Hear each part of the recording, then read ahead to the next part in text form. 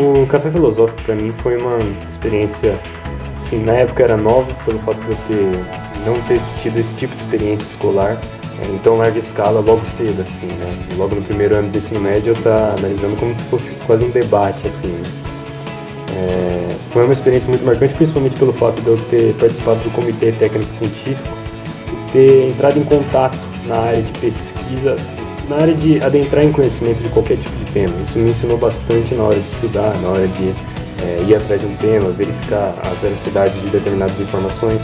Então é algo que na época foi muito marcante e me ajuda até hoje.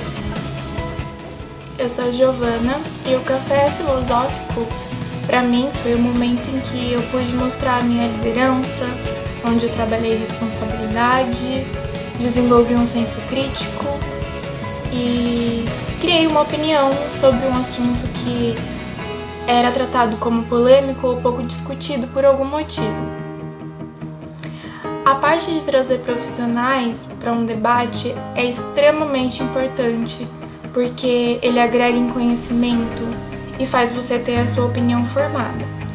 Claro que precisa de muito empenho para realizar um evento como o Café Filosófico, mas é muito gratificante quando você está vendo tudo acontecendo e vê que é um debate saudável e que aqueles profissionais, aquelas pessoas que são tão entendidas e cultas, também estão abertas para dúvidas, outros pontos de vista.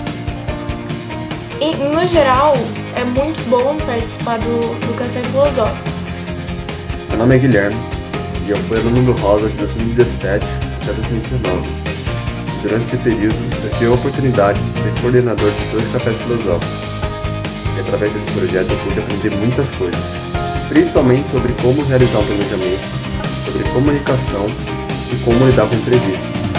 E hoje, para mim, isso é de extrema importância, tanto no meu curso da faculdade, quanto na minha área de trabalho.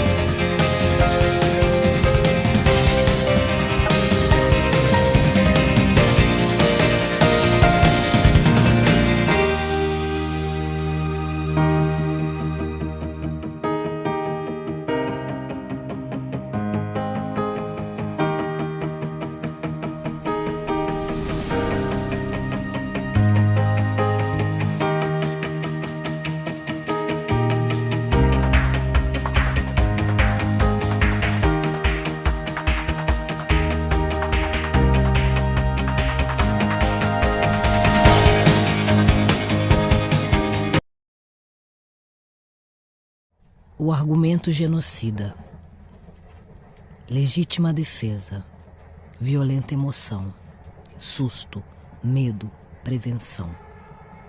Armados até os dentes. Mas nunca foi diferente. Valer-se, porém, da lei para apertar o gatilho, legitimar o racismo, matar sem ser assassino, um artigo, uma autorização. A polícia, a política, o projétil, o projeto, a legislação. O pacote contém chacina, gente inocente, extermínio. A cor do alvo é preta. Alvas são as mãos que assinam a proposta em votação. Ó, meu povo preto, de longe escrevo, no corpo advirto. Perigo! As balas já não são perdidas, as balas estão decididas. Querem um Brasil mais branco, alvejando pelas costas. Ó, meu povo preto, somos uma imensa multidão. O processo de ascensão sem volta. O pensamento, a integridade, em constante multiplicação. Peças unidas de ancestralidade, uma locomotiva em alta velocidade. E não há projeto, nem gatilho, nem projétil, nem alvas intenções de atrocidade que parem o trem-bala da negritude. O nosso despertar não há quem mate.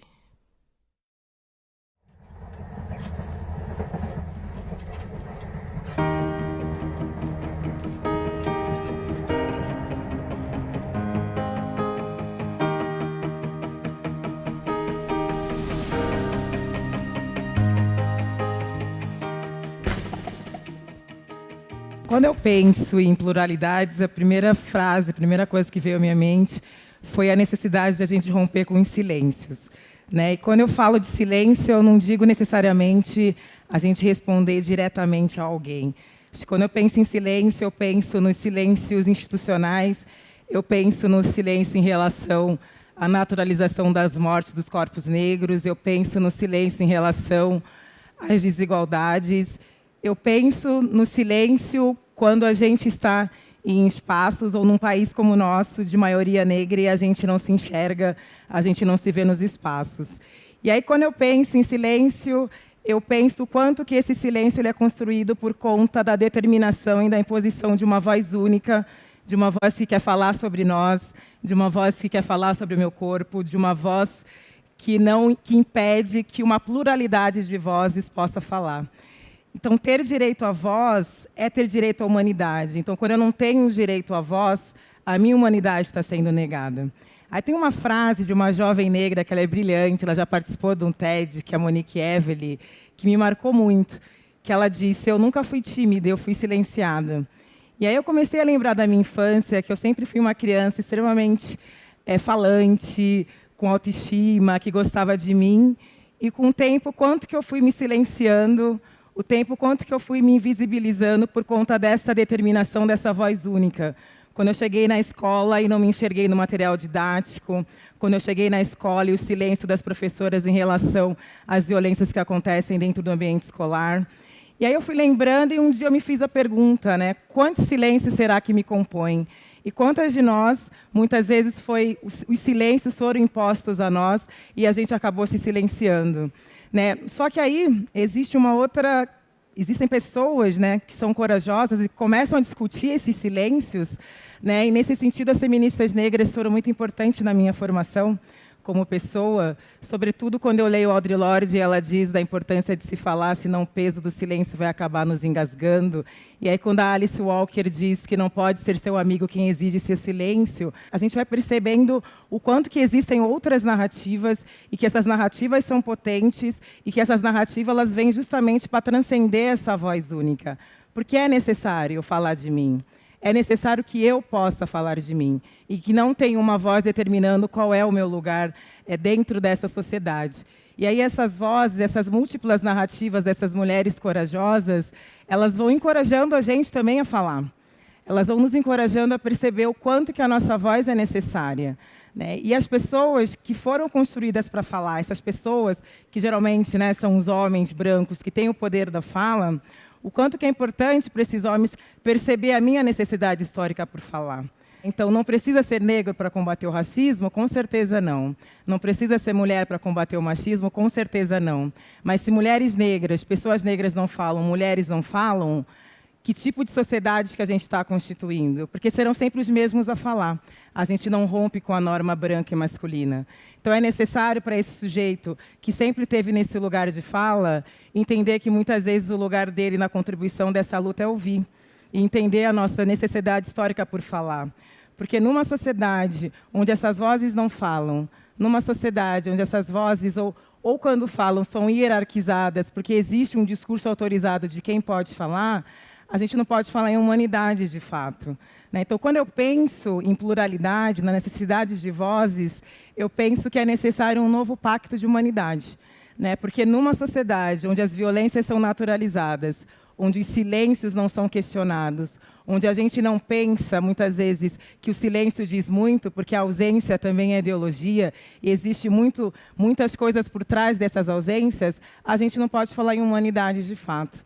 Então, eu acho que quando a gente verdadeiramente valoriza essas vozes, quando a gente tem uma pluralidade de vozes, aí sim a gente pode pensar em humanidade. Então, eu penso que a necessidade da voz é a necessidade ao humano, da gente reconquistar a nossa humanidade, de nós, enquanto mulheres negras, a gente poder ser respeitada pelo ser humano que a gente é.